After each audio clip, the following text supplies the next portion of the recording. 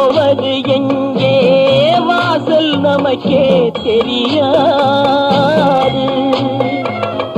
வந்தவரெல்லாம் தங்கிவிட்டால் இந்த மண்ணில் நமக்கே இடமேது. வாழ்க்கை என்பது வியாபாரம், வரும் ஜனனம் என்பது வரவாகும், அதில் மரணம் என்பது செலவாகும். போனால் போகட்டும் போடா, போனால் போகட்டும் போடா, போனால் போகட்டும் போடா, போனால் போகட்டும் போடா.